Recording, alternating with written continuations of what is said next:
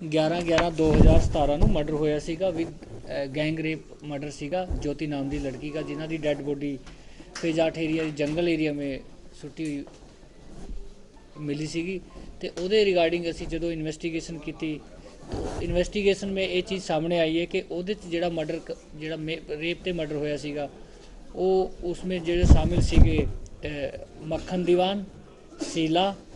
पूजा इहदा शीला दी बेटी हैगी एंड हरुण ये चार इस चार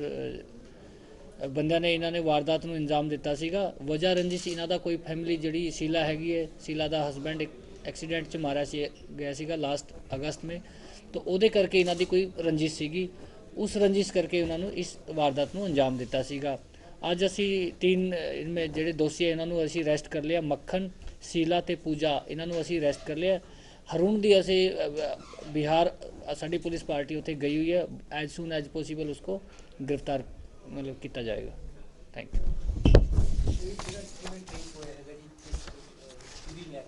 देखो असी इस हर थ्योरी ते काम कर रहे थे कोई पर्सनल रंजिश है या कोई जिमें चंडीगढ़ में तुसी देखा होना कोई एक आटो वाला असी उन्होंने भी प्रोडक्शन वांट ते लैके आए थे पूछ पड़ताल की सी वो बारे भी बट हम असी कोई एंगल इहो जिहा नहीं छड्डिया कि कोई इहदा पर्सनल है कोई परिवार च हैगा या कोई ਜਦੋਂ ਅਸੀਂ ਇਨਵੈਸਟੀਗੇਸ਼ਨ ਸਾਨੂੰ ਇਹਦੇ ਬਾਰੇ ਕਲੂ ਮਿਲਿਆ ਸੀਗਾ ਕਿਉਂਕਿ ਇਹ ਇਹਨਾਂ ਦੇ ਜਾਣਕਾਰ ਸੀਗੇ ਐਂਡ ਬਹੁਤ ਸੀ ਕਈ ਚੀਜ਼ਾਂ ਇਹੋ ਜਿਹੀ ਚੀਜ਼ਾਂ ਸਾਹਮਣੇ ਆਈ ਜਿਹਦੇ ਤੋਂ ਸਾਨੂੰ ਇਨ ਬੰਦਿਆਂ ਤੇ ਸ਼ੱਕ ਜ਼ਾਹਿਰ ਹੋਇਆ। ਇਨ ਦਾ ਮੇਨ ਟਾਈਮ ਅਸੀਂ ਜਿਹੜੇ ਆਟੋ ਵਾਲਿਆਂ ਨੇ ਜਿਹੜਾ ਗੈਂਗ ਰੇਪ ਚੰਡੀਗੜ੍ਹ ਕੀਤਾ ਸੀਗਾ ਉਹਨਾਂ ਨੂੰ ਵੀ ਅਸੀਂ ਪ੍ਰੋਡਕਸ਼ਨ ਵਾਂਟ ਤੇ ਲੈ ਕੇ ਆਏ ਸੀਗੇ but that is the part of strategy also and part of investigation also then ਅਸੀਂ ਇਸ ਕਲੂ ਤੇ ਪਹੁੰਚੇ ਕਿ ਸਾਨੂੰ ਇਹਨਾਂ ਦੇ ਖਿਲਾਫ ਕਲੂ ਮਿਲੇ ਕਾफ़ी ਕਲੂ ਮਿਲੇ and all are the evidence असी जिहड़ा कोर्ट च असी देवांगे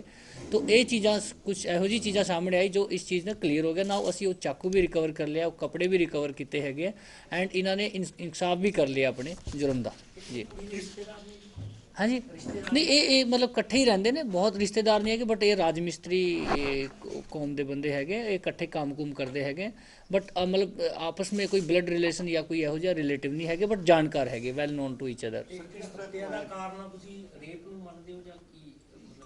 नहीं इसके सब तो पिछे दा जिहड़ा हैगा इन्हां दी रंजिश हैगी है जो ये जिहड़ी लेडीज़ है ये शीला जिहड़ी लेडीज़ है इहदा जिहड़ा हसबैंड सीगा राम रतन इन्हां दा एक्सीडेंट होया सीगा यूपी च इन्होंने ये आशंका हैगी कि इन्होंने साडा शायद मर्डर इन्होंने कराया बट बिकॉज वो साडे रिलेटेड नहीं हैगा यूपी च हैगा तो वो बारे असी कोई अजे कुछ कह नहीं सकते बिकॉज असी इन्होंने हजे प्रोडक्शन वांट सॉरी रिमांड ते लेवांगे दैन इन्वेस्टिगेशन में जो चीज़ आएगी फिर फर्दर असी तुहानूं जो आगे फर्दर इन्फॉर्मेशन दे सकते हैं। असी हजे तक 3 दोषी इहदे च गिरफ्तार किए हैं बिकॉज सेंसेशनल मर्डर सीगा और ये 16-17 साल की लड़की थी तो इससे सीरियस क्योंकि बड़ा रंजिशन इसका मर्डर किया गया बड़ी क्रिवलिटी से इसका मर्डर विद रेप इसका जो भी होया सीगा वो बड़ी क्रिवलिटी से तो इसकी सेंसिटिविटी थोड़ी जी और बढ़ जाती है। नहीं कोई इहो जिहा कोई फिलहाल ऐसा कोई रिकॉर्ड नहीं मिला बट फिर भी क्योंकि ये बिहार के तो यूपी के रहने वाले असी सारा इन्हों का जो पर्चा 12 कट के भेजे तो बाकी इन्हों का जो भी होगा रिकॉर्ड मंगवा रहे हैं उत्थों। नहीं बेसिकली लड़की इन्हों की जान पछाण दी सीगी जदों ये काम करके निकली है तो जंगल में इन्होंने जी शीला है ओदी जी बेटी हैगी है पूजा उन्होंने किसी बहाने सर इनू उत्थे बुलाया सीगा कोई जंगल में लकड़ वगैरह चकवाण के बहाने in the main time already वहाँ पे जो हरुण नाम का बंदा उत्थे सीगा हरुण नाम के बंदे ऑलरेडी पहला उस टाक में बैठा सीगा पहला ये उन्होंने हरुण ते मक्खन ने उन्होंने ये रेप किया दैन उस तो बाद इन्होंने मर्डर किया बिल्कुल एब्सोल्यूटली नाल शीला भी नाल सीगी हाँ बिल्कुल बिल्कुल बिल्कुल वो मतलब उसने कोऑपरेट किया है इवन उसमें मतलब अपनी भागीदारी दी है उसकी बाजू वगैरह फड़ी है जो भी है मतलब that is all part of investigation. Yes yes yes जंगल में अंजाम दिता है हाँ यस यस चाकू से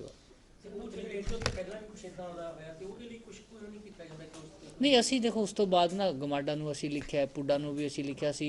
कमेटी के नाल मिल के साफ सूफ भी करवाई है जारी टाइम टू टाइम बट क्योंकि डायरैक्टली पुलिस का इसना नहीं है असी इस पे ना उन्होंने लिखती पढ़ती या कोई वर्बली उनसे रिक्वेस्ट करते रहते कि भाई इनू साफ सफाई रखो जंगल काफ़ी बड़ा है और इस तरह की मतलब आगे तो इसका और थोड़ा सा ध्यान रखेंगे PCR वगैरह उत्थे असी काफ़ी अलर्ट की है। हाँ मटोर च रहते हैं ये जी।